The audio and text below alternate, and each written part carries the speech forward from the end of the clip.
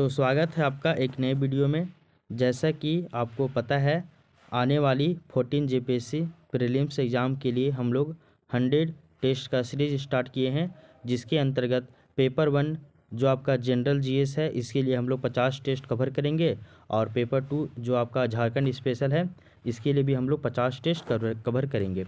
इसमें से जो आपका पेपर 1 है, इसके लिए जो है वो हम लोग 1 से लेकर 4 टेस्ट वो आपका ऑलरेडी कंप्लीट हो चुका है और सभी आपका 4 पार्ट में कंप्लीट हुआ है। और इसी क्रम में जो आपका टेस्ट नंबर 5 है, इसका पहला पार्ट, दूसरा पार्ट और तीसरा पार्ट ऑलरेडी कंप्लीट हो चुका है। और ये आज हम लोग टेस्ट नंबर जो आपका 5 है, इसका चौथा पार्ट हम लोग डिस्कस करेंगे। और आज हम लोग साइंस एंड टेक्नोलॉजी वाला जो है सेक्शन है, इसको हम लोग स्टार्ट करेंगे। और सबसे पहले हम लोग जो है वो आपका फिजिक्स का एक टॉपिक जो है वो कवर करेंगे, जो कि है आपका प्रकाश और प्रकाशिकी, यानी कि लाइट एंड ऑप्टिक्स। तो इस टॉपिक्स को हम लोग आज पढ़ेंगे। तो आइए स्टार्ट करते हैं आज की क्लास। तो सबसे पहले हम लोग प्रकाश यानी कि लाइट के बारे में, उसका परिचय और इसका प्रकृति की चर्चा करेंगे। तो जैसा कि हम सभी को पता है कि प्रकाश जो है वो ऊर्जा का एक रूप है, जो विकिरण ऊर्जा यानी कि रेडिएशन एनर्जी के रूप में गतिमान होता है। और यह समय जो है वो आपका अदृश्य होता है, यानी कि इनविजिबल होता है, लेकिन अन्य वस्तुओं को यह दृश्यमान कर देता है। प्रकाश जो है वो खुद तो अदृश्य है, लेकिन जो अन्य वस्तुएं हैं इन सभी को वो देखने लायक बना देता है, यानी कि उन सभी को दृश्यमान बनाता है। संचरण की बात की जाए तो बोला जाता है कि प्रकाश जो है वो सीधी रेखा में संचरित करती है, और यह निर्वात यानी कि वैक्यूम से होकर गुजर सकता है, जबकि ध्वनि जो है वो तरंगे निर्वात में होकर नहीं चल सकती है।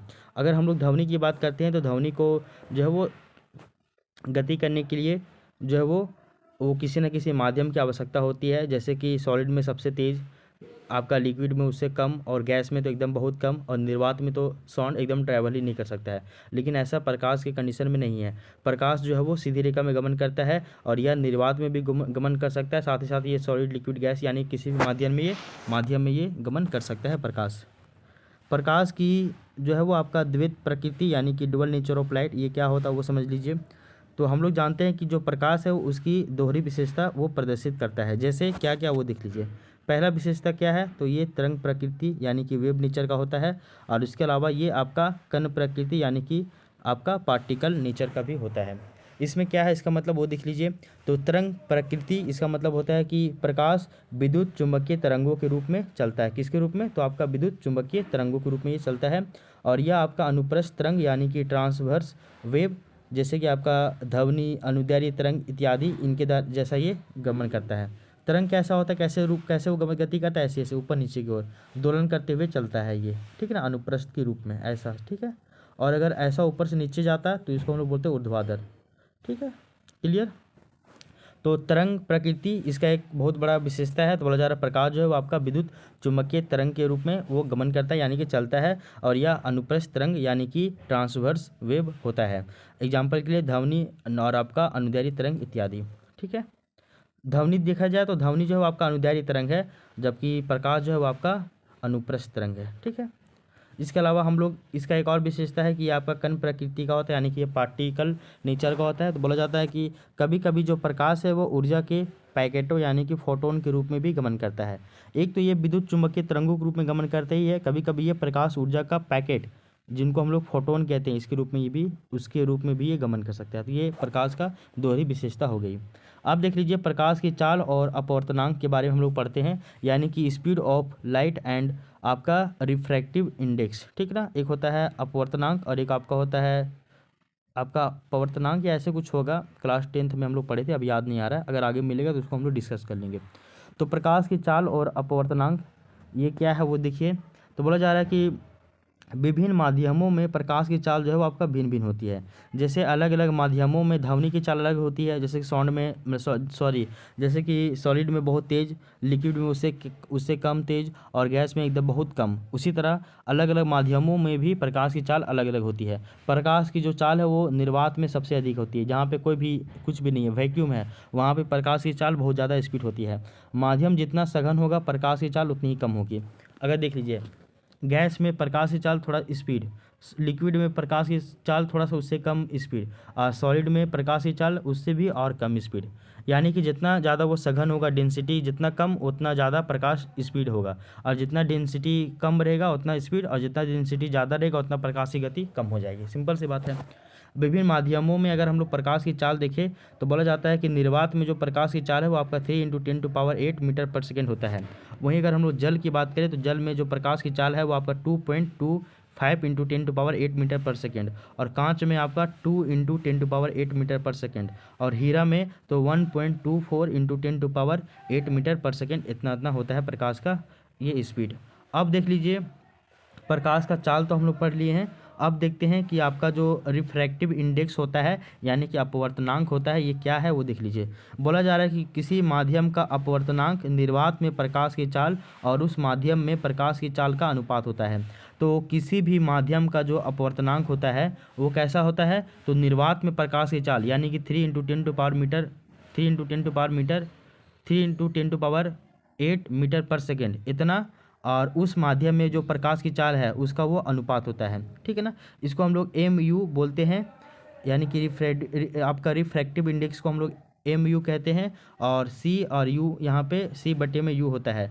तो MU = C और आपका बटे में क्या हो जाएगा U, जहाँ पे C क्या है तो C जो है वो आपका निर्वात में प्रकाश की चाल और U क्या है वो आपका माध्यम में प्रकाश की चाल है।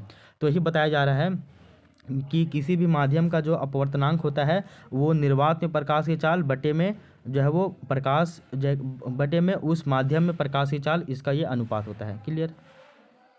आगे देख लीजिए महत्वपूर्ण अगर मान यहाँ पे कुछ दिया हुआ है, जैसे कि पानी का जो अपवर्तनांक होता है वो आपका कितना होता है 1.33 होता है, तथा कांच का जो अपवर्तनांक होता है वो आपका 1.50 होता है। नियम क्या कहता है वो देख लीजिए कि जिस माध्यम का अपवर्तनांक यानी कि MU जितना अधिक होगा उसमें प्रकाश की चाल उतना ही क्या होगा, कम होगा, और जिस माध्यम का अपवर्तनांक जो है वो सदैव 1 से अधिक होता है। देखिए अच्छा किसी भी माध्यम है, कोई भी माध्यम ले लो आप, उस माध्यम का जो अपवर्तनांक होगा वो हमेशा 1 से ही ज़्यादा होगा, 1 से कम कभी भी नहीं होगा। आप चाहे किसी भी माध्यम ले लो, सॉलिड लिक्विड गैस किसी भी फॉर्म का ले लो आप, सबका 1 से ज़्यादा ही होगा। तो देख लीजिए यहाँ पे पानी का अपवर्तनांक कितना है 1.33, और कांच का अपवर्तनांक कितना है 1.50। तो जिसका अपवर्तनांक ज़्यादा उसमें प्रकाश की चाल उतना ही कम, जिसमें कम उसमें प्रकाश की चाल ज़्यादा। सिंपल सी बात है। आगे देख लीजिए एक हम लोग पढ़ते हैं नेक्स्ट पॉइंट, वो है आपका प्रकाश का अपवर्तन यानी कि रिफ्रैक्शन ऑफ लाइट। इसका मतलब क्या होता है वो समझ लीजिए। तो बोला जा रहा है कि जब प्रकाश की किरण एक पारदर्शी माध्यम से दूसरे पारदर्शी माध्यम में प्रवेश करती है, यानी कि जब प्रकाश जो है वो प्रकाश की जो किरण है वो एक पारदर्शी माध्यम से दूसरे पारदर्शी माध्यम में प्रवेश करती है, तब वह अपने मूल पथ से विचलित हो जाती है, और इसी घटना को ही हम लोग क्या कहते हैं, प्रकाश का अपवर्तन कहते हैं। यानी कि यहाँ से सनलाइट से आया, यहाँ दीवार में टकराया, और दीवार में टकराने के बाद इधर उधर ये बिखर गया, ठीक है। तो यही आपका क्या हो गया, प्रकाश का अपवर्तन कहलाता है। बोला जाता है जब प्रकाश किसी चिकनी या फिर समतल सतह से टकराती है तब वो चारों दिशाओं में फैल जाती है, और यह आपका प्रकाश का अपवर्तन कहलाता है, प्रकाश का परावर्तन कहलाता है, सॉरी, ठीक है ना। तो यही आपका देखिए, जब प्रकाश की किरण एक पारदर्शी माध्यम से दूसरे पारदर्शी माध्यम में प्रवेश करती है तो वह अपना जो है वो मूल पथ से विचलित हो जाती है, और इसी घटना को हम लोग प्रकाश का अपवर्तन कहते हैं। देखिए प्रकाश यहाँ पे आया, ठीक है, यहाँ पड़ा, आने के बाद इसका बोला गया है कि एक पारदर्शी माध्यम से दूसरे पारदर्शी माध्यम में जब ये प्रवेश किया तब अपने ये मूल, ये देख लीजिए यहाँ पे ये प्रकाश जा रहा है, प्रकाश जा रहा है, ये टॉर्च से आपका प्रकाश यहाँ से भेजा गया है, यहाँ पे एक कांच लगा दिया गया है, इससे ये क्रॉस हुआ, उसके बाद ये अपना मूल रास्ता सीधा नहीं जाकर ये इधर इधर चला गया है, तो यही आपका प्रकाश का अपवर्तन हो गया, यानी कि अपना मूल पथ से वो विचलित हो गई, यही घटना जो आपका प्रकाश का अपवर्तन कहलाती है। अब देख लीजिए विरल से सघन यानी कि रेयर से डेंस। तो बोला जा रहा है कि किरण जो है वो अभिलंब की ओर झुक जाती है। तो अगर आप प्रकाश जो है वो आपका विरल से अगर सघन की ओर जाएगा तो जो है किरण जो है वो आपका अभिलंब की ओर झुक जाएगा, और अगर अगर आपका सघन से विरल की ओर जाएगा तो ये किरण जो है वो अभिलंब से दूर हट जाएगी। ये सब क्या है वो यहाँ पे हम लोग आगे देखेंगे। इसका प्रभाव क्या है, तो बोला जाता है कि अपवर्तन में प्रकाश की चाल, तरंगदैर्घ्य और तीव्रता ये बदल जाती है, लेकिन जो आवृत्ति है वो आपका अपरिवर्तित रहती है। तो प्रकाश का जब भी अपवर्तन होता है तो उसमें सब कुछ बदल जाएगा, प्रकाश की चाल भी बदल जाएगी, तरंगदैर्घ्य बदल जाएगा, तीव्रता भी बदल जाएगी, मूल डायरेक्शन भी बदल जाएगा, लेकिन उसका आवृत्ति जो है वो फ्रीक्वेंसी वो बदलेगी नहीं। क्लियर। ये प्रकाश आया यहाँ पे टकराया, टकराने के बाद इधर मुड़ गया, ये है आपका अभिलंब, ठीक है, आगे देखिए। अपवर्तन का उदाहरण है कुछ कुछ बोला जा रहा है कि जल में डूबी हुई छड़ का मुड़ा हुआ और छोटा दिखाई देना, ये क्यों होता है? तो ये अपवर्तन के कारण ही होता है, प्रकाश के अपवर्तन के कारण। अगर आप जल में कोई भी चीज़ को या फिर कोई छड़ को डुबाइएगा तो वो छोटा दिखाई देगा पहला चीज़, और वो मुड़ा हुआ दिखाई देगा। इसके अलावा पानी में पड़े सिक्के का अपनी वास्तविक गहराई से ऊपर उठा हुआ दिखाई देना। अगर आप पानी में, अगर ये लीजिए आप ऐसा, ये आपका बोतल है मान लीजिए या टब है, इसमें सिक्का डालिए तो सिक्का को आप ऊपर से देखिएगा तो ये जितना उसका गहराई है उस गहराई से ऊपर ही दिखेगा।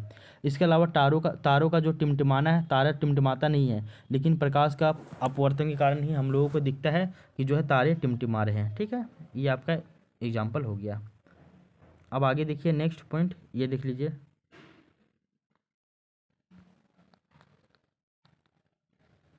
रिफ्रैक्शन यानी कि आपका परावर्तन की बात की जा रही है। देखिए यहाँ से लाइट आ रहा है, इसका सीधा रास्ता किधर है? इधर जाना है, लेकिन यहाँ पे क्या हो गया, ये आपका गिलास में जैसे पड़ा कांच में, तो इसका रास्ता अपना छोड़ दिया, ये इधर की ओर मूव चला गया। जाना था इधर सीधा ऐसे, लेकिन ये यहाँ से यहाँ मुड़ गया इधर। ठीक है ना, तो यही क्या कहला रहा है? आपका प्रकाश का अपवर्तन यानी कि रिफ्रैक्शन कहला रहा है। एग्जाम्पल में देखते होंगे कि अगर आप देखिएगा तो ये पानी यहाँ पे रखा हुआ है, पानी में कुछ मान के डाल दीजिए, आपकी ये पेंसिल है, तो पेंसिल का जो है वो तिरछा दिखाई देगा, छोटा दिखाई देगा। ऐसा क्यों होता है? प्रकाश का अपवर्तन कारण होता है। अब थोड़ा सा आप प्रिज्म और आपका वर्ण विक्षेपण के बारे में देखिए, यानी कि प्रिज्म और आपका डिस्पर्सन के बारे में क्या संबंध है। सो तो बोला जा रहा है कि प्रिज्म जो है वो एक समान पारदर्शी माध्यम है जो किसी कोण पर झुके दो समतल पृष्ठों से ये घिरा होता है। तो प्रिज्म क्या? एक समान पारदर्शी माध्यम है, इसके आर पार देखा जा सकता है, जो किसी कोण पर झुके दो समतल पृष्ठों से ये क्या होता है? घिरा हुआ होता है। वहीं अगर वर्ण विक्षेपण की बात की जाए यानी कि डिस्पर्सन की, तो बोला जा रहा है आपका कि जब सूर्य का श्वेत प्रकाश प्रिज्म से गुजरता है तब वह अपने साथ अवयवी रंगों में विभक्त हो जाता है। तो मान लीजिए यहाँ पे ये आपका सनलाइट आ रहा है, ठीक है, ये आपका सामने में प्रिज्म रख दिया गया है, प्रिज्म, ठीक है ना, ये आपका सनलाइट था। सनलाइट जैसे इस पर पड़ा तो सनलाइट में पड़ने के बाद वो क्या होगा? अपने 7 गो अवयव जो उसके रंग रहेंगे उसमें वो बिखर जाएगा। रंगों का अगर क्रम देखिएगा तो ऊपर से नीचे की ओर, ऊपर में आपका बैगनी रहेगा यानी कि वायलेट, नीचे में उसके नीचे इंडिगो यानी कि जामुनी, उसके नीचे ब्लू यानी कि नीला, उससे नीचे ग्रीन यानी कि हरा, और उसके नीचे पीला यानी कि येलो, उसके नीचे ऑरेंज यानी कि नारंगी, और उसके नीचे रेड यानी कि लाल। अगर पूरा का अगर ट्रिक देखिएगा तो आपका विव गियोर होता है। तो वी से वायलेट, आई से इंडिगो, फिर बी से ब्लू, जी से ग्रीन, वाई से येलो, ओ से ऑरेंज और आर से रेड। ये होता है आपका ट्रिक, क्या है? आपका विब गियोर होता है। ठीक है, आगे देखिए रंगों की विशेषताएं क्या है वो देख लीजिए। यहाँ पे इसको डिटेल से जानना नहीं क्योंकि ये पीटी के लिए है, तो बस आप इसको पढ़ते पढ़ते आगे बढ़िए। ठीक है, रंगों की अगर विशेषताओं की बात की जाए तो बोला जा रहा है कि जो बैगनी है यानी कि जो आपका वायलेट कलर है, तो इसका तरंगदैर्घ्य क्या होता है? सबसे कम होता है, और आवृत्ति सबसे अधिक होती है, और इसका जो विक्षेपण यानी कि झुकाव जो है वो आपका सबसे अधिक कांच की वेग में सबसे सबसे कम। अच्छा, इसका जो विक्षेपण है यानी कि झुकाव वो सबसे अधिक होता है, और कांच में वेग जो है वो आपका सबसे कम होता है। वहीं लाल यानी कि रेड की बात की जाए तो बोला जा रहा है कि इसका भी जो तरंगदैर्घ्य है वो सबसे अधिक होगा। बैगनी का तरंगदैर्घ्य कम, लेकिन लाल का तरंगदैर्घ्य ज़्यादा होता है। इसका आवृत्ति सबसे कम होगा और बैगनी का आवृत्ति सबसे अधिक होगा। इसका विक्षेपण जो है वो सबसे कम होगा और बैगनी का विक्षेपण सबसे अधिक होगा। और कांच में वेग जो है वो सबसे अधिक होगा, लेकिन वहाँ पे कांच में वेग सबसे कम था। क्लियर? ये दोनों आपको समझ में आ गया है। तो बैगनी और लाल के बारे में क्यों हम देखें? क्योंकि बैगनी सबसे ऊपर में है और लाल जो है सबसे नीचे में है। ठीक है, तो इसके बैगनी के बारे में जान गए विशेषता, और ये लाल के बारे में विशेषता हम जान गए, दोनों के बारे में क्या क्या है सो कंडीशन।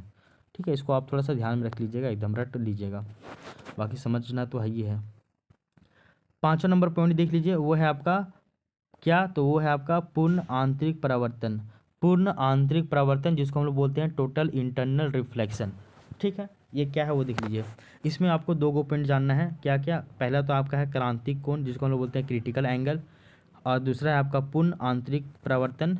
ठीक है, तो इसका मतलब क्या होता है वो देख लीजिए कि सघन माध्यम में बना हुआ आपतन कोण जिसके लिए विरल माध्यम में अपवर्तन कोण 90 डिग्री हो जाता है। ठीक है ना, तो उसको हम लोग क्रांतिक कोण कहते हैं। और कांच वायु के लिए यह जो है वो लगभग लगभग 42 डिग्री होता है। इतना इंपॉर्टेंट नहीं है, आप इसको स्किप भी कर सकते हैं पीटी के पॉइंट ऑफ व्यू से। पूर्ण आंतरिक परावर्तन क्या होता है कि जब प्रकाश सघन माध्यम से विरल माध्यम में जाता है तब आपतन कोण का जो मान है वो क्रांतिक कोण से अधिक हो जाता है, तो प्रकाश किरण जो है वो वापस उसी माध्यम से लौट जाती है। ये हो गया, इसको थोड़ा सा याद कर लीजिएगा तो ठीक है, अदरवाइज इसको भी आप छोड़ सकते हैं। इसका अनुप्रयोग यानी कि इसका एग्जाम्पल देखें तो बोला जाता है इसका प्रयोग कहाँ होता है, तो बोला जा रहा है कि प्रकाशीय तंतु यानी कि ऑप्टिकल फाइबर में इसका जो है प्रयोग किया जाता है। बस इतना ही याद रखिएगा कि जो आपका प्रकाश जो है या जो आपका पूर्ण आंतरिक प्रवर्तन है इसका प्रयोग जो है वो आपका ऑप्टिकल फाइबर में किया जा रहा है। प्रकाश का प्रवर्तन और दर्पण यानी कि रिफ्लेक्शन और मिरर्स के बीच में क्या क्या संबंध है वो देख लीजिए थोड़ा सा। तो बोला जा रहा है कि प्रकाश किरणों का किसी सतह से टकराकर वापस लौटने की जो घटना है वो आपका परावर्तन कहलाती है। एक आपका अपवर्तन होता है, एक आपका परावर्तन होता है। तो जब प्रकाश किसी समतल या फिर चिकनी सतह से टकराती है और टकराने के बाद वो वापस उसी दिशा में लौट जा रही है, ठीक है ना, तो उसको हम लोग बोलते हैं क्या, तो प्रकाश का परावर्तन कहते हैं। और जब प्रकाश किसी चिकनी या समतल सतह से टकराती है या फिर किसी पारदर्शी सतह से जब वो गुजरती है, तब गुजरने के बाद जो है वो अपना जो है वो मूल पथ यानी मूल जो रास्ता है उसको वो छोड़कर वो नए रास्ते तरफ मूव कर जाती है, वो आपका अपवर्तन है। रास्ता चेंज तो वो आपका अपवर्तन, और वापस लौट गया उसी दिशा में तो उसको हम लोग परावर्तन कहेंगे। क्लियर। सबसे अच्छा परावर्तक की बात की जाए तो ये आपका चांदी होता है यानी कि रजत, रजत को सिल्वर भी कहा जा रहा है, और ये प्रकाश का सर्वोत्तम परावर्तक होता है। ठीक है, अब थोड़ा सा हम लोग समतल दर्पण की बात करेंगे यानी कि प्लेन मिरर, ये क्या होता है। तो बोला जा रहा है कि प्रतिबिंब की प्रकृति यहाँ पे कैसे बनती है, वो आपका आभासी यानी कि वर्चुअल बनता है और सीधा होता है। आकार कैसा होता है, तो ये आपका वस्तु के आकार वस्तु के बराबर ही होता है। तो समतल दर्पण यानी प्लेन मिरर का अगर एग्जांपल, ये प्लेन मिरर का अगर हम लोग परिभाषा देखें तो इसका जो है बोला जा रहा है कि प्रतिबिंब की प्रकृति कैसे होगी, तो आभासी यानी कि वर्चुअल होगी और ये सीधा होगा। आकार जो है वो आपका वस्तु के बराबर होगा। दूरी की बात की जाए तो बोला जा रहा है कि वस्तु दर्पण के जितना आगे होगा प्रतिबिंब दर्पण के उतना ही पीछे बनेगा, सेम सेम। आपका पार्श्व उत्क्रमण यानी कि आपका लेटरल इन्वर्जन की बात की जाए तो बोला जा रहा है कि बायां भाग और बायां भाग दायां और दायां भाग बायां दिखाई देगा। यानी अगर आप समतल दर्पण, इसका बेस्ट एग्जांपल आप जो घर में ऐना यूज करते हैं, तो अगर आप ऐसे खड़ा हो जाइएगा तो आपका इधर दायां उधर का बायां ऐसे हो जाता है ना, बस वही चीज़ यहाँ बताया जा रहा है। समतल दर्पण के अलावा एक और दर्पण होता है जिसको हम लोग बोलते हैं गोलीय दर्पण, यानी कि आपका स्फेरिकल मिरर्स। ये क्या होता है वो देख लीजिए। ये गोलीय दर्पण से संबंधित कुछ कुछ विभिन्न अलग अलग पद्य हैं वो देख लीजिए। यहाँ से यहाँ तक लीजिएगा तो आपका ये आपका पोल यानी कि ध्रुव की बात की जा रही है, ठीक ना। अगर ऐसा हो और ऐसा हो तो इसको हम बोलेंगे उत्तल दर्पण, ठीक है। ऐसा हो और ये ऐसा हो तो इसको बोलेंगे अवतल दर्पण। अवतल दर्पण अंदर की ओर होगा, उत्तल दर्पण बाहर की ओर होगा। तो उत्तल दर्पण अंदर की ओर ऐसे से, अवतल दर्पण अंदर की ओर, और उत्तल दर्पण ऐसे बाहर की ओर है। क्लियर, ठीक है। इसका जो परावर्तक सतह है वो आपका अंदर की ओर होगा और इसका जो परावर्तक सतह है वो आपका बाहर की ओर होगा। बस इतना ही याद रख लीजिएगा, ठीक है। थोड़ा सा अब आप हल्का सा अवतल दर्पण यानी कि कॉनकेव मिरर के बारे में भी समझ लीजिए ये क्या है। सो यहाँ इसको रटाएंगे नहीं, बस केवल इसको समझ जाएंगे और आगे बढ़ेंगे, ठीक है। पीटी के लिए समझ रहे हम लोग। यह दबी हुई होती है यानी कि अंदर धंसी हुई होती है, और ये जो है वो सतह से प्रवर्तन करता है, यानी कि दबी हुई सतह से ये प्रवर्तन करता है। अंदर धंसी हुई होती है यानी कि कॉनकेव, मतलब इसको बोले हम लोग अवतल, ऐसे होगा, यानी कि ये अंदर की ओर इस तरह से धंसी हुई होगी। और ये अंदर धंसी हुई सतह जो है वो दबी हुई जो सतह है, धंसी हुई जो सतह है, इसी से ये परावर्तन करती है। इसका उपयोग कहाँ कहाँ किया जा रहा है वो देख लीजिए। तो बोला जा रहा है कि दंत चिकित्सक यानी कि दांतों का बड़ा प्रतिबिंब देखने के लिए इसका उपयोग करते हैं जो आपका डेंटिस्ट हैं इन लोग। इसके अलावा टॉर्च में, वाहनों की हेडलाइट में, सर्च लाइट में, और जो आपका इन सभी में जो है वो आपका जो है वो ये इसका अवतल दर्पण का यूज किया जाता है। क्यों किया जाता है अवतल दर्पण का यूज, क्योंकि इससे जो है वो आपका जो है वो बड़ा प्रतिबिंब दिखता है और ये भी बढ़िया होता है। तो देखिए टॉर्च, वाहनों की हेडलाइट, और आपका जो सर्च लाइट है, सर्च लाइट में आपका जो किरणों को फोकस करने के लिए ही जो है वो आपका अवतल दर्पण का यूज किया जाता है। इसके अलावा सेविंग, जो आपका हजामती जो दर्पण है जिसमें हम लोग देख कर जो अपना सेविंग बनाते हैं, बाल दाढ़ी बनाते हैं, वो भी आपका अवतल दर्पण ही होता है। इसके अलावा उत्तल दर्पण की बात करें यानी कि कॉन्वेक्स मिरर की, तो वो कुछ ऐसा होता है।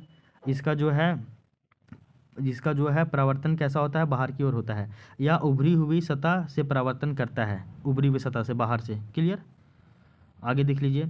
इसका उपयोग जो है वो आपका वाहनों के साइड मिरर में होता है, यानी कि रियर व्यू मिरर में होता है। तो वाहनों में साइड मिरर के रूप में, यानी कि रियर व्यू मिरर के रूप में जो है वो इसका प्रयोग होता है, क्योंकि यह पीछे का जो है वो आपका व्यापक दृश्य दिखाता है, यानी कि बहुत बड़ा एरिया को ये छोटे से एरिया में ये दिखला देता है। ठीक है, तो इसका यूज साइड मिरर के रूप में किया जा रहा है वाहनों में उत्तल दर्पण का। क्लियर। इसके अलावा देख लीजिए कुछ कुछ और बातें हैं, जैसे कि आपका लेंस के बारे में कुछ महत्वपूर्ण बातें हैं। लेंस के बारे में क्या क्या है वो देख लीजिए थोड़ा सा। तो बोला जा रहा है कि लेंस जो है वो वर्क पृष्ठों से घिरा हुआ पारदर्शी माध्यम होता है लेंस। ठीक है, वर्क पृष्ठों से घिरा हुआ ये एक पारदर्शी माध्यम होता है। लेंस की अगर हम लोग बात करें तो आपका दो प्रकार का होता है। एक होता है आपका उत्तल लेंस, जिसको हम लोग बोलते हैं कॉन्वेक्स लेंस, और आपका एक होता है अवतल यानी कि कॉनकेव। इसकी प्रकृति कैसी होती है उत्तल की? तो बोला जा रहा है कि किनारों पर पतला और बीच में ये मोटा होता है। किनारों पे पतला होगा और बीच में ये मोटा होगा, ऐसा। अरे नहीं, उल्टा बना दिया ना, ऐसा। किनारों पे पतला होगा और बीच में ये थोड़ा सा मोटा होगा। उत्तर उत्तर लेंस, ठीक है ना। इसका अन्य नाम क्या है? तो आपका अभिसारी है, यानी कि कन्वर्जिंग है, कन्वर्जिंग। इसका उपयोग कहाँ पे होता है? तो आपका दृष्टि दोष निवारण में, यानी कि जो आपका दूर दृष्टि दोष है, जिसको हम लोग बोलते हैं हाइपर मेट्रोफिया। तो हाइपर जो मेट्रोफिया है, माइट्रोफिया है, हाइपर माइट्रोफिया, इसके निवारण करने के लिए, यानी कि दूर दृष्टि दोष को दूर करने के लिए उत्तर लेंस जो है वो इसका उपयोग किया जाता है। इसको हम लोग अभिसारी लेंस भी कहते हैं। वहीं अगर हम लोग अवतल लेंस की बात करें तो ये आपका बीच में पतला होता है, किनारों पे मोटा होता है, ऐसा। सपोज कर लीजिए ऐसा। ठीक है, बीच में पतला है, किनारों पे जो है आपका क्या हो गया, एक तरह से मोटा हो गया। इसको हम लोग अपसारी लेंस भी कहते हैं, यानी कि आपका डाइवर्जिंग। इसको बोलते हैं कन्वर्जिंग, यानी कि अभिसारी। इसको बोलते हैं अपसारी, यानी कि डाइवर्जिंग। ये आपका निकट दृष्टि दूर के लिए जो है वो यूज होता है, यानी कि आपका मायोपिया। तो अवतल लेंस का यूज मायोपिया मायोपिया यानी कि निकट दृष्टि दोष के लिए, और उत्तल लेंस का यूज आपका हाइपर मेट्रोफिया यानी कि दूर दृष्टि के लिए। क्लियर। ये आपका जो है फिजिक्स वाला जो टॉपिक था वो आपका यहाँ पे कंप्लीट हो गया है। ठीक है, अब हम लोग इसके आगे की जो है चर्चा हम लोग करते हैं। अब हम लोग जो है वो आपका बायोलॉजी का एक टॉपिक पढ़ेंगे, जो कि है आपका विटामिन एवं पोषण। ये एकदम पूरा रटने वाला चीज़ है, तो इसमें समझने वाला कुछ है ही नहीं, तो इसको हम लोग रटते हुए आगे निकलेंगे जल्दी जल्दी। सबसे पहले हम लोग पोषक तत्व क्या है इसका हम लोग एक परिचय देख लेते हैं। तो बोला जा रहा है कि मानव सहित सभी जंतु भोजन से मुख्य रूप से 7 प्रकार के जो है वो आपका पोषक तत्व प्राप्त करते हैं। इनके कार्य और प्रकृति भिन्न भिन्न होती है। तो मानव जो है, मानव सहित जितना भी जीव जंतु है, वो मुख्य रूप से जितने कितने प्रकार के पोषक तत्व प्राप्त करते हैं? तो आपके 7 प्रकार के। इनके कार्य और इनकी प्रकृति जो देखिए वो आपका सभी का अलग अलग है। अगर हम लोग इसका वर्गीकरण करें तो आपका प्राकृतिक आधार पे इसका वर्गीकरण हो सकता है। इसके आधार पे इसके अलावा जो है वो आपका कार्यों के आधार पे भी इसका जो है वो आपका वर्गीकरण हो सकता है। ठीक है, अगर हम लोग देखिए प्राकृतिक आधार पे इसका जो वर्गीकरण है वो आपका कार्बनिक और अकार्बनिक में होता है। कार्बनिक में हम लोग ऑर्गेनिक को शामिल करते हैं, अकार्बनिक यानी कि इनऑर्गेनिक। अकार्बनिक में आपका जल है, खनिज लवण है, ये सभी अकार्बनिक हो जाएंगे। ठीक है, कौन कौन? तो आपका जल और खनिज, जल और खनिज आपका क्या है? तो अकार्बनिक है। वहीं अगर हम लोग कार्बनिक की बात करें यानी कि ऑर्गेनिक, तो इसमें आपका कार्बोहाइड्रेट है, प्रोटीन्स है, लिपिड्स है जिसको वसा कहा जा रहा है, न्यूक्लिक अम्ल है, और आपका विटामिन्स। तो कार्बोहाइड्रेट, प्रोटीन, लिपिड्स, न्यूक्लिक अम्ल, विटामिन्स, ये सभी ऑर्गेनिक है। ठीक ना। कार्यों के आधार पे देखा जाए तो आपका कुछ कुछ होते हैं आपका ऊर्जा उत्पादक, कुछ कुछ होते हैं आपके निर्माणात्मक पदार्थ, यानी जो चीज़ का निर्माण करते हैं, कुछ कुछ आपके नियंत्रक और नियामक के लिए होते हैं। ठीक है, ऊर्जा उत्पादन करने के लिए होते हैं आपके कार्बोहाइड्रेट और आपका वसा। आपका निर्माणात्मक, यानी कि जो आपका कुछ चीज़ का निर्माण करने वाले पदार्थ होते हैं, जैसे कि आपका प्रोटीन, ये शरीर निर्माण और मरम्मत करने में ये काफ़ी सहायक जो है भूमिका निभाते हैं। नियंत्रक और नियामक करने के लिए कौन कौन होते हैं? जैसे कि आपका विटामिन है, जल है, खनिज है, लवण है, ये सभी, ये सब आपका क्या करता है? जो आपका उपापचयी क्रियाओं में ये उनका जो है नियंत्रण करता है। तो ये आपका उपापचयी क्रियाओं का नियंत्रण करता है। ठीक है, तो सबसे पहले हम लोग ऊर्जा उत्पादक करने वाले कार्बोहाइड्रेट, फिर आपका वसा, इन सभी के बारे में एक एक करके देखेंगे। सबसे पहले हम लोग देखते हैं कार्बोहाइड्रेट ये क्या है। तो बोला जा रहा है कि इसका संरचना कैसा होता है? तो इसमें कार्बन, हाइड्रोजन, ऑक्सीजन, इन सभी के यौगिक होते हैं, और इसमें कार्बन 1, हाइड्रोजन 2 और ऑक्सीजन 1 के अनुपात में ये होता है, जिसको हम लोग CH20 भी कहते हैं। क्या कहते हैं? CH20। मंड यानी कि स्टार्च और सेल्यूलोज, ये क्या है? बोला जा रहा है कि दोनों का जो है वो आपका वानस्पतिक उद्भव यानी कि प्लांट ओरिजिन है। दोनों का जो है वो आपका प्लांट ओरिजिन है, और ये ग्लूकोज अणु के बहुलक होते हैं, पॉलीमर्स होते हैं। तो ये ग्लूकोज अणु के बहुलक होते हैं, पॉलीमर्स होते हैं। कौन? मंड यानी कि स्टार्च और आपका सेल्यूलोज। स्टार्च की बात की जाए तो स्टार्च जो है वो आपका आयोडीन घोल के साथ नीला नीला काला कर देता है। जब आप स्टार्च में आयोडीन, अगर आप आयोडीन का जो है घोल, मतलब एक तरह से पानी लीजिए, उसमें नमक डाल दीजिए, उसके बाद उसमें स्टार्च को डाल दीजिए, तो आपका नीला से काला हो जाएगा। और पादपों के बीजों और फलियों में या इमाइलोज और आपका इमाइलोपे, आपका इमा इमा एमा एमाइलोपेक्टिन के रूप में ये होता है। तो पादपों के बीजों और फलियों में जो आपका स्टार्च है वो आपका इमाइलोज या फिर एमाइलोपेक्टिन के रूप में ये उपस्थित होता है। कौन? तो आपका स्टार्च। वहीं अगर हम लोग सेल्यूलोज की बात करें तो ये आयोडीन के साथ रंग नहीं बदलता है, लेकिन जो है स्टार्च वो आयोडीन के साथ रंग बदलता है, नीला से काला कर देता है। ठीक है। इसके अलावा प्रोटीन की बात करें तो बोला जाता है कि प्रोटीन्स जो है वो आपका एक जटिल नाइट्रोजन युक्त कार्बनिक पदार्थ है। तो एक जटिल नाइट्रोजन युक्त कार्बनिक पदार्थ होते हैं प्रोटीन्स। इनका गठन की बात की जाए तो ये आपके कार्बन, हाइड्रोजन, ऑक्सीजन, नाइट्रोजन और आंशिक रूप से गंधक यानी कि सल्फर और फास्फोरस से ये बने होते हैं। तो प्रोटीन में क्या क्या होता है? कार्बन, हाइड्रोजन, ऑक्सीजन, नाइट्रोजन और कुछ कुछ आपका आंशिक रूप से गंधक के रूप में ये सल्फर और आपका फास्फोरस भी होता है। इसका कार्य की बात की जाए तो ये आपका ऊतकों का यानी कि टिश्यू का निर्माण करेंगे, उनका मरम्मत करेंगे और आपका शारीरिक वृद्धि ये करते हैं। कौन? तो आपका प्रोटीन। आपका एक होता है आपका मोनोमर्स, जिसको हम लोग बोलते हैं एकलक, और पॉलीमर्स यानी कि बहुलक। तो बोला जाता है कि ये एकलक होते हैं यानी कि अमीनो अम्ल यानी कि एमिनो एसिड्स प्रोटीन की संयोजक इकाइयाँ होती है। तो अमीनो अम्ल जो है यानी कि अमीनो एसिड, ये प्रोटीन की संयोजक इकाइयाँ होती है। दैनिक आवश्यकता की बात की जाए तो बोला जा रहा है कि सामान्य क्रियाशील महिला, इनको 50 से 46 ग्राम डेली प्रोटीन चाहिए, और गर्भवती या फिर जो स्तनपान करवाती है उन महिलाओं को 65 से 70 ग्राम डेली प्रोटीन चाहिए। इसके अलावा देख लीजिए एमिनो अम्ल या फिर एमिनो एसिड क्या होता है। तभी बताया गया था कि जो आपका एमिनो अम्ल जो है वो प्रोटीन की क्या है? संयोजक इकाइयाँ है। ठीक ना। इसके अलावा बोला जा रहा है कि प्रकृति में लगभग 500 प्रकार के एमिनो अम्ल यहाँ पे मौजूद है नेचर में, लेकिन जीव द्रव्य यानी कि आपका जो प्रोटोप्लाज्मा है, इसमें केवल और केवल 20 प्रकार के अमीनो अम्ल यानी कि प्रोटीन जो है निर्माण में भाग लेते हैं।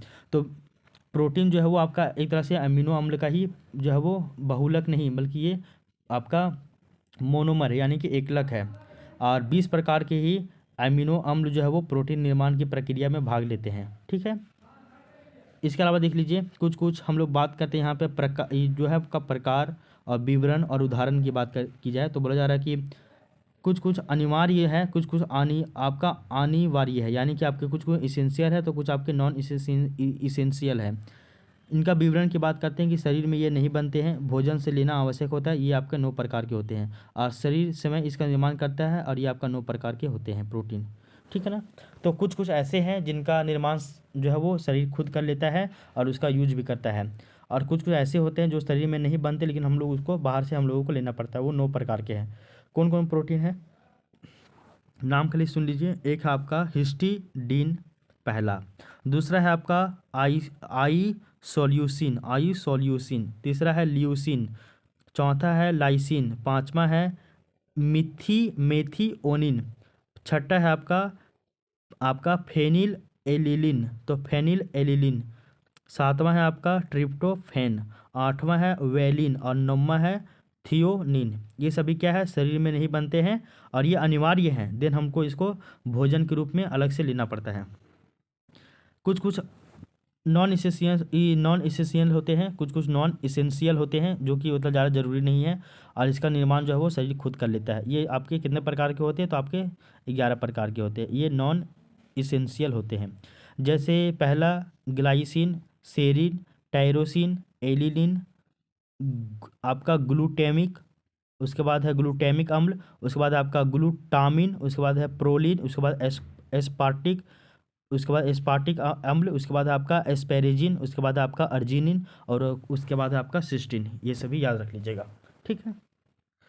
याद मत रखिएगा, ये इंपॉर्टेंट नहीं है, एकदम नहीं है, इसको स्किप कर सकते हैं आप। अमीनो अम्ल क्या था वो समझ में आ गया है। तो इतना जान लीजिए कि 20 प्रकार के जो एमिनो अम्ल है यही आपके प्रोटीन प्रक्रिया में भाग लेते हैं। 9 ठो इसेंशियल है और 11 ठो नॉन इसेंशियल है। कौन कौन है उतना याद मत रखिएगा। इसके अलावा महत्वपूर्ण प्रोटीन के बारे में कुछ कुछ फैक्ट है वो देख लीजिए।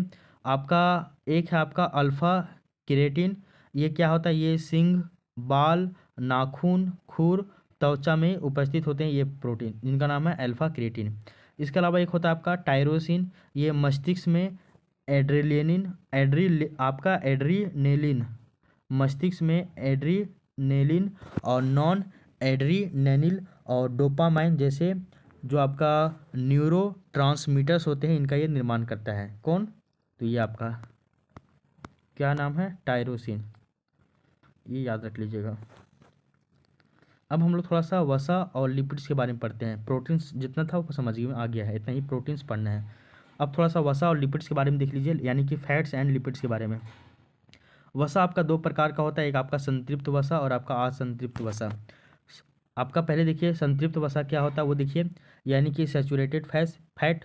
तो सैचुरेटेड फैट ये होते हैं, बोला जा रहा है कि इसमें दोहरे बंध नहीं होते हैं।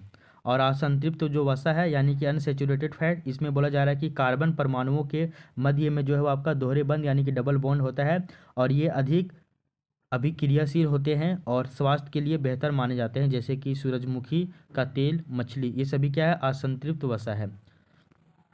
आवश्यक वसीय अम्ल यानी कि इसेंशियल फैटी एसिड कौन है वो देख लीजिए। मानव शरीर इनका संश्लेषण नहीं कर सकता है, उदाहरण के लिए लिनोलेइक अम्ल और आपका अल्फा लिनोलेनिक अम्ल, ठीक है। ओमेगा 3 क्या है तो देखिए अल्फा आपका लिनोलेनिक अम्ल और ओमेगा 3 वसीय अम्ल है जो रक्त नलिकाओं में वसा जमाव को रोकता है और यह अलसी यानी कि तीसी में सर्वाधिक पाया जाता है। क्या, तो ओमेगा 3।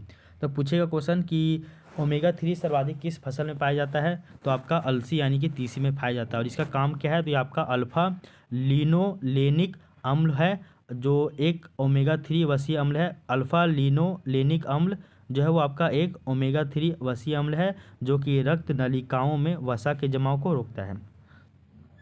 बहु असंतृप्त वसा अम्ल जिसको बोलते हैं हम लोग पॉली अनसेचुरेटेड फैटी एसिड, ये क्या है देखिए, मछली में ये प्रचुर मात्रा में मौजूद होता है और यह आपका संवहनीय क्रिया को बढ़ाता है क्योंकि इसमें O2 यानी कि ऑक्सीजन ग्रहण करने की क्षमता जो है वो आपका अधिक होती है। ट्रांस वसा यानी कि ट्रांस फैट क्या है, तो बोला जा रहा है कि यह स्वास्थ्य के लिए हानिकारक है और यह आपका खराब कोलेस्ट्रॉल यानी कि LDL बढ़ाता है और अच्छे कोलेस्ट्रॉल यानी कि HDL को ये कम करता है और आपका ये हाइड्रोजनीकृत तेल इसका मुख्य स्रोत होता है। इसके अलावा एक आपका देख लीजिए, वो है आपका ट्राइग्लिसराइड। ये क्या है देख लीजिए, भोजन से प्राप्त अतिरिक्त ऊर्जा शरीर में ट्राइग्लिसराइड के रूप में वसा कोशिकाओं यानी कि फैट सेल में जमा होती है, ठीक है। ये सभी आपको याद रखना ही पड़ेगा, इसमें समझाने वाला कुछ था ही नहीं, इसको आपको रटना ही पड़ेगा, ठीक है। अब थोड़ा सा हम लोग विटामिन की ओर चले जाते हैं। तो विटामिन के बारे में देख लीजिए, इसका थोड़ा सा बैकग्राउंड, तो इसका इतिहास देख लीजिए। सबसे पहले बताया जा रहा है कि 1911 और 1912 ईस्वी में आपका कैसिमिर फंक ने विटामिन शब्द का प्रयोग और इसका जो है वो अवधारणा दिया था 1911-12 में। किसने, तो आपका कैसिमिर फंक ने। आपका फिर देख लीजिए फ्रेडरिक गॉलेंड हॉपकिंस, इन्होंने इस सहायक आहार कारक यानी कि एसेसरी, इसको जो है वो आपका एसेसरी फूड फैक्टर कहा था, यानी कि सहायक आहार कारक। किसने कहा था, तो आपके हॉपकिंस ने कहा था। क्या कहे थे, एसेसरी फूड फैक्टर यानी कि सहायक आहार कारक, किसको, विटामिन को। इसका वर्गीकरण जो है वो विटामिन का वो लगभग 20 प्रकार का है। कुछ विटामिन जो है वो आपका जल में घुलनशील होते हैं, कुछ आपके वसा में घुलनशील होते हैं। जल में घुलनशील कौन है, तो आपके विटामिन बी और आपके सी है, और वसा में घुलनशील कौन है, आपके ए, डी, ई और आपका के है, ठीक है।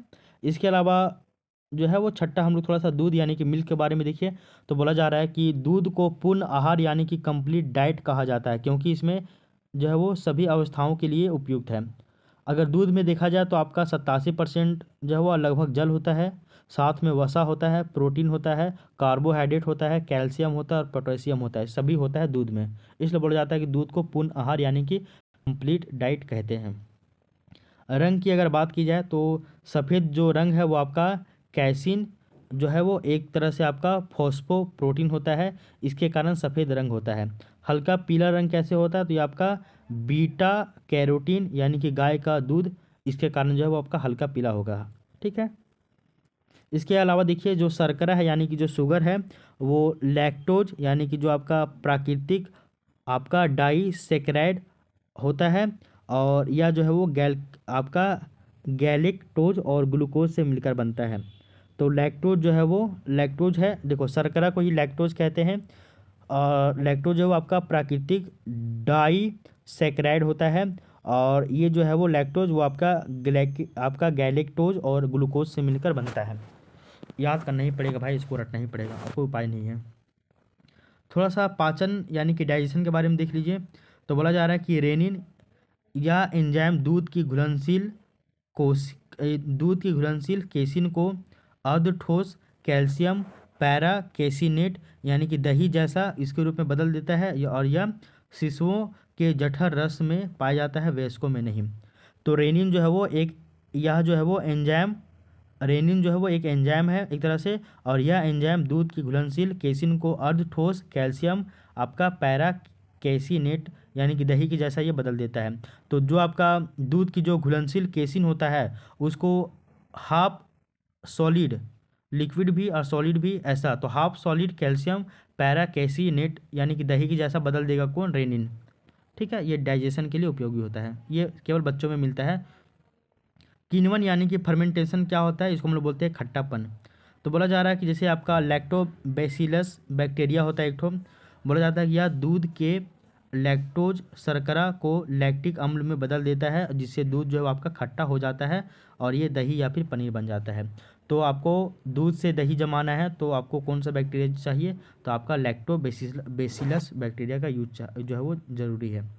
ये एक तरह से आपका किण्वन प्रोसेस है यानी कि खट्टापन, इसी को हम बोलते हैं फर्मेंटेशन।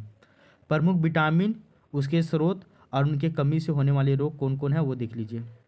ये आपका पीटी और मेंस दोनों में काम देने वाला है। ठीक है, सबसे पहले अगर हम लोग विटामिन की बात करें तो विटामिन में देखें तो आपका विटामिन ए है जिसको हम लोग रेटिनॉल कहते हैं। इसके कमी से उत्पन्न होने वाला रोग जो है वो आपका रथोंदी है। इसके अलावा आपका जीरो पेलमिया है, तो रथोंदी तो है ही, इसके अलावा आपका जीरो पेलमिया भी है। इसके अलावा संक्रमण होता है, त्वचा की कोशिका में परिवर्तन भी होता है। ठीक है, विटामिन ए जिसको रेटिनॉल कहते हैं, इसका स्रोत क्या है, तो गाजर है, हरी सब्जियां हैं, दूध है, मक्खन है, अंडा है, यकृत है, मछली का तेल है। विटामिन की बात करें, विटामिन B1 की बात करें तो जिसको हम लोग थायमिन कहते हैं, और इसकी कमी से बेरी बेरी रोग होता है और इससे वृद्धि भी रुक जाता है। और इसका स्रोत क्या है, अनाज है, फल है, सोयाबीन है, दूध है इत्यादि। इसके अलावा अगर हम लोग बात करें विटामिन B2 की, जिसको हम लोग क्या कहते हैं, तो आपका राइबोफ्लेविन कहते हैं। विटामिन B2 को राइबोफ्लेविन कहते हैं, और इसके कमी से क्या रोग होता है, तो आपका किलोसिस रोग होता है। इसका स्रोत क्या है, पनीर है, अंडा है, ईस्ट, मांस, हरी पत्तेदार सब्जियां इत्यादि।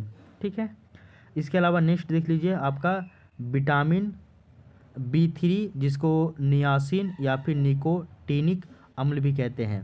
तो B3 को नियासिन या फिर निकोटीनिक अम्ल कहते हैं। इसका कमी से जो है वो आपका पेलाग्रा यानी कि आपका क्या होता है, चर्मग्रह ये रोग होता है, इसको बोलते हैं हम लोग पेलार्गा। इसका स्रोत क्या है, ईस्ट, मांस, मछली, अंडे, दूध, फल इत्यादि। विटामिन B5 जिसको हम लोग बोलते हैं पैंथोथिनिक अम्ल, और इसके कमी से चर्म रोग होता है, वृद्धि कम हो जाती है, बाल सफ़ेद हो जाते हैं विटामिन B5 की कमी से। इसके स्रोत क्या है, दूध है, दही है, अंडे है, मांस है, मूंगफली है। विटामिन B6 को हम लोग पायरोडॉक्सिन कहते हैं, और इसकी कमी से रक्त क्षीणता होता है, चर्म रोग होता है, और पेशियों में ऐंठन हो जाता है। पेशियों में जो आपका पेशी है इस सभी में ऐंठन हो जाता है। इसका स्रोत दूध है, ईस्ट है, अनाज है, मांस है। विटामिन B7 इसको हम लोग बायोटिन कहते हैं, और इसका कमी से चर्म रोग, बालों का झड़ना इत्यादि होता है। और इसका स्रोत क्या है? मांस है, गेहूँ है, अंडा है, सब्जी है, फल है। विटामिन B9 जिसको हम लोग फॉलिक एसिड कहते हैं, इसका कमी से आपका आपका रक्त क्षीणता हो जाता है, कुंठित वृद्धि होती है। इसका स्रोत हरी सब्जियां हैं, फल है, यीस्ट है, मांस है, अंडे हैं। विटामिन B12 जिसको हम लोग साइनोकोबालेमिन कहते हैं, साइनोकोबालेमिन कहते हैं, और इसके कमी से घातक रक्त क्षीणता होता है, जिसको हम लोग बोलते हैं पर्नीशियस एनीमिया। और इससे आपका जो है वो तंत्रिका तंत्र का भी जो है वो गड़बड़ा जाता है। इसका स्रोत क्या है? मांस, मछली, अंडा, दूध, यांत्र, ये सभी इसके जो है वो आंत्र के जीवाणु, ये सभी इसके स्रोत है। विटामिन C जिसको हम लोग एस्कॉर्बिक अम्ल कहते हैं, इसके रोग से स्कर्वी रोग होता है। इसका स्रोत क्या है? आंवला, नींबू, खट्टे फल, टमाटर, आपका नींबू, ये सभी है। नींबू वंश के फल, यानी कि नींबू जैसा खट्टापन वाला फल। इसके अलावा विटामिन D जो है वो, जिसको हम लोग कैल्सीफेरोल कहते हैं, इसके कमी से सूखा रोग होता है, जिसको हम लोग रिकेटस कहते हैं। इसके अलावा आपका ऑस्टियोमेलेसिया भी एक रोग हो जाता है। इसका स्रोत है मक्खन, मछली का तेल, अंडा आदि, तथा सूर्य प्रकाश का जो है सूर्य प्रकाश में संश्लेषण, ये भी इसके लिए ज़रूरी है। विटामिन E इसके कमी से आपका टोकोफेरोल हो जाता है, और इसका जो है वो क्या प्रभाव पड़ता है? जनन क्षमता की कमी हो जाती है, जननांग तथा पेशियाँ जो है वो पेशियाँ कमज़ोर हो जाती है, जननांग और आपका पेशियाँ जो है वो कमज़ोर हो जाती है। इसके स्रोत तेल है, गेहूँ है, अंडे है, अंडे की जर्दी है, सोयाबीन है इसका स्रोत। विटामिन K जिसको आपका नेप्थोक्विनोन कहा जा रहा है, विटामिन K को नेप्थोक्विनोन कहा जा रहा है, और ये चोट पर जो है वो रक्त का थक्का ना जमने देना। अगर जिसके शरीर में विटामिन K का कमी हो गया, उसका जो है वो चोट लगेगा तो रक्त पे, ब्लड पे थक्का नहीं जमेगा, ब्लड बहे जा रहा है। इसका स्रोत अंडा, सब्जी है, हरा सब्जियां हैं, अंडा है, सोयाबीन है, आंत्र के बैक्टीरिया इत्यादि इसके स्रोत हैं। ये आपका जो है वो आपका प्रोटीन वाला पार्ट भी हो गया, विटामिन वाला भी पार्ट हो गया, वसा यानी कि फैट वाला भी पार्ट आपका हो गया। यहाँ तक की बातें हम लोग। अब थोड़ा सा हम लोग जो है वो आपका मानव श्वसन तंत्र की ओर चले जाते हैं, और ये भी ज़्यादा कुछ नहीं है, थोड़ा सा ही है। तो मानव श्वसन जो है आपका तंत्र है, इसको भी हम लोग थोड़ा सा देख लेते हैं क्या क्या है सो, ठीक है। तुरंत आपका फिर कंप्लीट हो जाएगा। तो ये रहा आपका मानव श्वसन तंत्र। इसमें हम लोग देखते हैं, पहले प्रमुख श्वसन अंग की बात की जाए तो क्या क्या है वो देख लीजिए। तो श्वसन मार्ग में वायु का प्रवाह निम्नलिखित अंगों से होकर गुजरता है, जैसे कि नासिका यानी कि नोज, फिर आपका नेसल पैसेजेस जिसको हम लोग बोलते हैं नासा मार्ग। इसके अलावा आपका आपका आपका फ्रेनिक्स को बोलते हैं ग्रसनी। इसके अलावा आपका होता है लेरिक्स जिसको हम लोग स्वर यंत्र कहते हैं। इसके अलावा आपका ट्रैकिया से होकर गुजरता है, फिर आपका ब्रोंकाई से होकर गुजरता है, फिर आपका ब्रोंकीयोल्स से भी होकर गुजरता है। इसके अलावा फिर आपका लास्ट में जाता है जो है फेफड़ा यानी कि लंग्स तक। तो ये कैसे कैसे गुजरता है? पहले नाक से यानी कि नोज से नेसल पैसेज से आपका आपका जो है आपका फेरिंग्स तो जाता है, फेरिंग्स से आपका लेरिंग्स जाता है, लेरिंग्स से ट्रैकिया से ब्रोंकाई से आपका है ब्रोंकीयोल्स से आपका जो आपका लंग्स तक पहुंचता है, कौन? सांस। इसके अलावा देख लीजिए फेफड़ों की संरचना यानी कि स्ट्रक्चर ऑफ लंग्स कैसा होता है। स्थिति की बात की जाए तो बोला जा रहा है कि मनुष्य के वक्ष गुहा यानी कि आपका थोरैसिक नहीं होगा, मतलब कि आपका थोरैकिक कैविटी, इसमें दो फेफड़े होते हैं। तो मनुष्य का जो वक्ष गुहा है इसमें दो गो फेफड़ा होता है, एक इधर, एक दायां, एक बायां। आवरण की बात की जाए तो ये आपका पलवरा झिल्ली यानी कि पिलूरल मेम्ब्रेन के द्वारा ये घिरा होता है, जो कि इसकी सुरक्षा करती है। आकार में अंतर देखा जाए तो मनुष्य का जो दायां फेफड़ा है, राइट वाला जो लंग्स है, वो बाएं फेफड़े की तुलना में थोड़ा सा बड़ा होता है, थोड़ा सा चौड़ा होता है, लेकिन लंबाई में थोड़ा सा छोटा होता है, ठीक ना। तो जो मनुष्य का जो बायां फेफड़ा जो है वो मनुष्य का जो दायां फेफड़ा है वो बाएं फेफड़े की तुलना में थोड़ा सा बड़ा होता है, चौड़ा होता है, लेकिन लंबाई में थोड़ा सा छोटा होगा। इसके अलावा वायु कोष्ठक भी होते हैं, जिसको हम लोग बोलते हैं आपके ऑलवियोली कहते हैं। अब बोला जा रहा है कि फेफड़ों में रुधिर कोशिकाओं का जो है वो जाल फैला होता है, और प्रत्येक फेफड़े में 15 करोड़ वायु कोष्ठक बने होते हैं, बाप रे बाप। और इन्हीं वायु कोष्ठकों में श्वास की वायु तथा रुधिर के बीच गैसीय विनिमय यानी कि गैस का जो है वो एक्सचेंज होता रहता है। श्वसन की प्रक्रिया की बात की जाए यानी कि श्वसन का प्रक्रिया यानी कि प्रोसेस ऑफ रेस्पिरेशन, तो बोला जा रहा है कि श्वसन जो है वो आपका एक जैविक क्रिया है। इसमें दो मुख्य चरण होते हैं, एक आपका अंतःश्वास यानी कि इंस्पिरेशन और एक आपका उच्छ्वास यानी कि आपका एक्सपिरेशन। गैसों का मिश्रण यानी कि इस प्रक्रिया में वायुमंडल में उपस्थित नाइट्रोजन, ऑक्सीजन, कार्बन डाइऑक्साइड और जलवाष्प ये सभी फेफड़ों में जाते हैं। नाइट्रोजन की उपस्थिति, तो बोला जा रहा है कि श्वसन के दौरान नाइट्रोजन की मात्रा सामान्यतः अपरिवर्तित रहती है, जितनी ली जाती है उतनी ही बाहर निकलती है। तो नाइट्रोजन जितना हम लोग शरीर में अंदर लेते हैं, नाइट्रोजन एक भी मिसयूज नहीं होता है, नाइट्रोजन कुछ भी अंदर नहीं रहता है। अगर नाइट्रोजन जितना हम लोग लिए उतना ही बाहर निकाल देते हैं। तो नाइट्रोजन की जो मात्रा है वो आपका अपरिवर्तित रहती है। गैसीय विनिमय की बात की जाए तो इसका मतलब क्या है देख लीजिए। ऑक्सीजन जो आपका वायु कोष्ठकों से निकलकर रुधिर कोशिकाओं में प्रवेश करती है, यानी कि जो नस है नसों में जाती है। इसके बाद देख लीजिए विपरीत दिशा में कार्बन डाइऑक्साइड यानी कि CO2 रक्त कोशिकाओं से फेफड़ों में आती है और बाहर जो है वो निकाल दी जाती है। अब देख लीजिए ऑक्सीजन जो है वो वायु कोष्ठक से निकलेगा और ये रुधिर कोशिकाओं में प्रवेश करेगा और उधर से रुधिर कोशिकाओं में उधर से आपका कार्बन डाइऑक्साइड आ रहा है और वो जो है वो फेफड़ों में आती है और फिर फेफड़ों से वो बाहर निकल जाती है। तो एक तरफ तो आपका कार्बन डाइऑक्साइड अंदर से बाहर निकल रहा है और एक तरफ आपका ऑक्सीजन बाहर से अंदर की ओर जा रहा है। ऑक्सीजन के साथ बहुत कुछ जा रहा है लेकिन उसमें से ऑक्सीजन को रखता है, बाकी बात को कुछ कुछ को रख के, और नाइट्रोजन को तो एकदम एज इट इज उसको बाहर निकाल ही देता है। अब देख लीजिए ऑक्सीजन का परिवहन जिसको हम लोग बोलते हैं ट्रांसपोर्ट ऑफ ऑक्सीजन। तो बोला जा रहा है कि शरीर में ऑक्सीजन का परिवहन मुख्य रूप से लाल रुधिर कोशिकाओं या कणिकाओं जिसको हम लोग बोलते हैं RBC यानी कि रेड ब्लड सेल, इसके द्वारा किया जाता है। हीमोग्लोबिन की क्या भूमिका है, तो बोला जा रहा है कि RBC में हीमोग्लोबिन जो है वो आपका प्रोटीन ऑक्सीजन का जो है वो वाहक होता है यानी कि कैरियर होता है और इसे ऊतकों यानी कि टिश्यू तक पहुंचाता है। कौन पहुंचाता है, तो बोला जा रहा है कि RBC में जो हीमोग्लोबिन है वही आपका प्रोटीन ऑक्सीजन के वाहक होते हैं, ठीक है ना।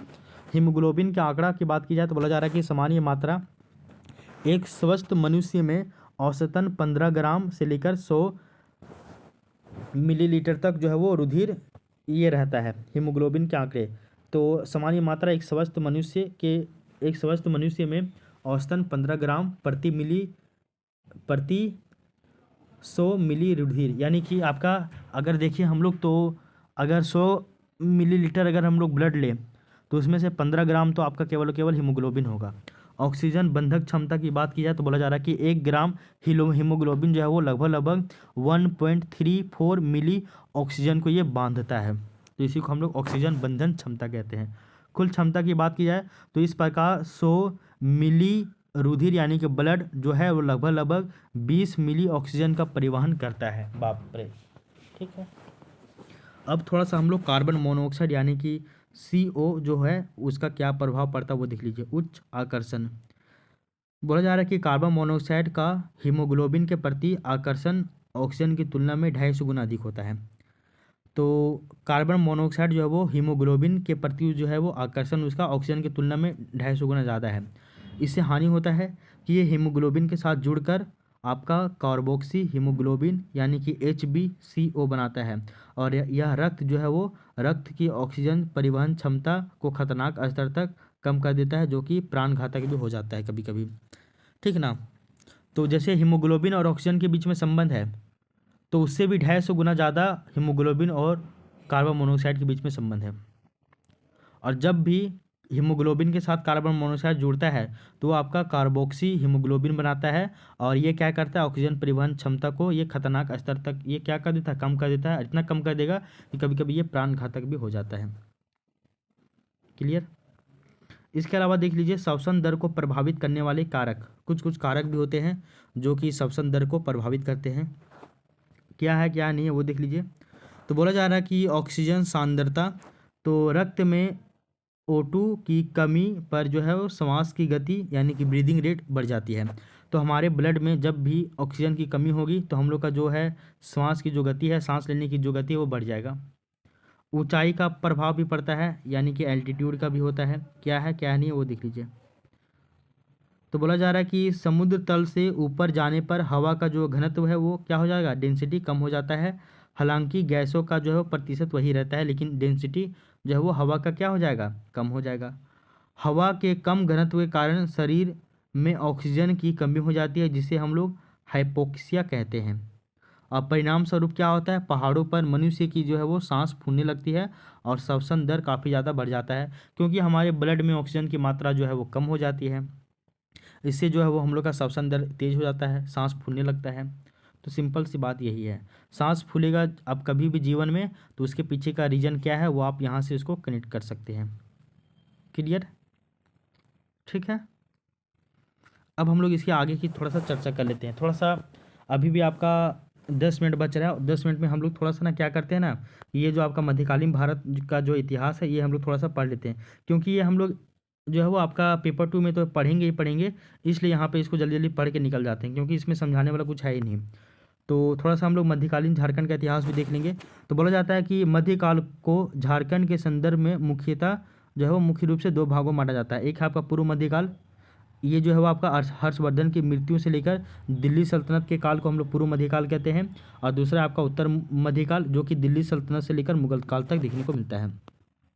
जो आपका पूर्व मध्यकाल है यानी कि हर्षवर्धन की मृत्यु से लेकर दिल्ली सल्तनत की स्थापना तक, इसको हम लोग पूर्व मध्य का काल कह रहे हैं, और इसका जो टाइम पीरियड है वो आपका 647 ईस्वी से लेकर 1206 ईस्वी तक है। और इस काल में झारखंड में सांस्कृतिक और धार्मिक गतिविधियां बहुत ज़्यादा प्रमुख रहता है। कुछ कुछ प्रमुख पुरातात्विक और धार्मिक साक्ष्य भी देखने को मिले हैं, जैसे कि आपका महामाया मंदिर, ये गुमला में है। बोला जा रहा है कि इसका जो स्थान है वो आपका गुमला के हापामुनि गांव में है। इसका जो निर्माण है वो आपका नागवंशी शासक थे जिनका नाम है गजघंट राय, इनके द्वारा 908 ईस्वी में करवाया गया था। पुरोहित की बात की जाए तो इस मंदिर का प्रथम जो पुरोहित है वो आपका द्विज हरिनाथ थे, जो कि मराठा ब्राह्मण थे, और जो गजघंट राय का वो धार्मिक गुरु भी थे। इसके अलावा विशेष की बात की जाए तो बोला जा रहा है कि बाद में नागवंशी राजा जिनका नाम है शिवदास कर्ण, इनके कार्यकाल में सियानाथ देव के द्वारा यहाँ पे भगवान विष्णु की जो है वो आपका प्रतिमा लगवाई गई थी। ठीक है। दूसरा जो मंदिर है वो आपका है टांगीनाथ का मंदिर, ये भी आपका गुमला में है। अब बोला जा रहा है कि ये इसका स्थान की बात की जाए तो ये आपका गुमला का एगो पहाड़ी है, मंच गांव पहाड़ी, यहाँ पे ये लोकेटेड है। इसकी विशेषता की बात की जाए तो बोला जा रहा है कि यह जो मंदिर है वो आपका यह मंदिर पशुपत संप्रदाय से संबंधित है, और इसका जो निर्माण है वो इसी काल में हुआ जो है वो माना जाता है।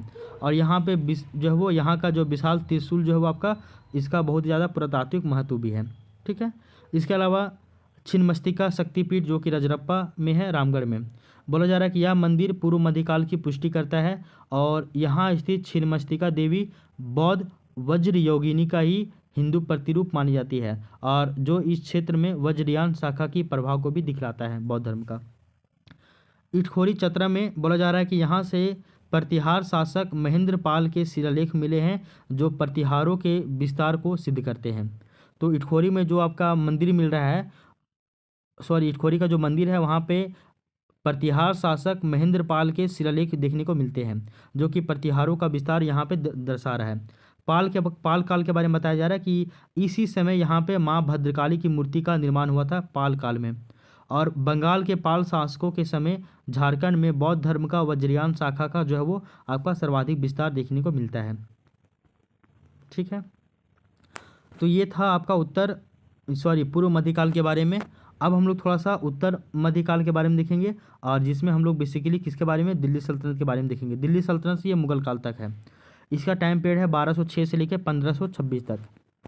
सबसे पहले इसमें हम लोग गुलाम वंश की बात करेंगे। तो बोला जा रहा है कि गुलाम वंश यानी कि स्लेव डायनेस्टी, इसमें बोला जा रहा है कि बख्तियार खिलजी जो है वो आपका 1206 ईस्वी में ये गद्दी पे बैठा था। बोला जा रहा है कि कुतुबुद्दीन ऐबक का ये सेनापति था, और इसने झारखंड के रास्ते बंगाल के सेन वंशी शासक लक्ष्मण सेन की राजधानी नदिया के ऊपर ये आक्रमण किए थे। इसके अलावा इल्तुतमिश और बलबन का भी संबंध है। बोला जा रहा है कि इनके समय झारखंड लगभग स्वतंत्र रहा था, और इसका कारण जो है वो आपका नागवंशी राजा हरिकर्ण का प्रभावशाली होना था। तो इल्तुतमिश और बलबन के समय झारखंड पूरी तरीके से आज़ादी था। खिलजी वंश के बारे में देख लीजिए थोड़ा सा। तो बोला जा रहा है कि अलाउद्दीन खिलजी 1310 ईस्वी में बोला जा रहा है कि इसने अपने सेनापति जिनका नाम है छज्जू मलिक, इसको नागवंशी राज्य पर विजय करने के लिए भेजा था, और नागवंशी शासक ने इसको कर देने से मना कर दिया था।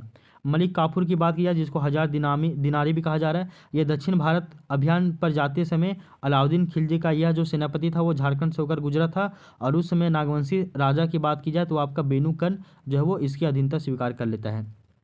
आप देख लीजिए नेक्स्ट आपका तुगलक डायनेस्टी के बारे में। तो बोला जा रहा है कि इसमें आपका मोहम्मद बिन तुगलक के बारे में पढ़ते हैं। बोला जा रहा है कि इसके सेनापति मलिक बयां ने हजारीबाग के चाई चांपा क्षेत्र पर आक्रमण किया था और संथाली स्रोतों के अनुसार यह आक्रमण जो आपका इब्राहिम अली के नेतृत्व में हुआ था, जिसके डर से संथाल अपने सरदार के साथ जो है वो आपका बीघा किला जो है वो छोड़कर भाग गए थे।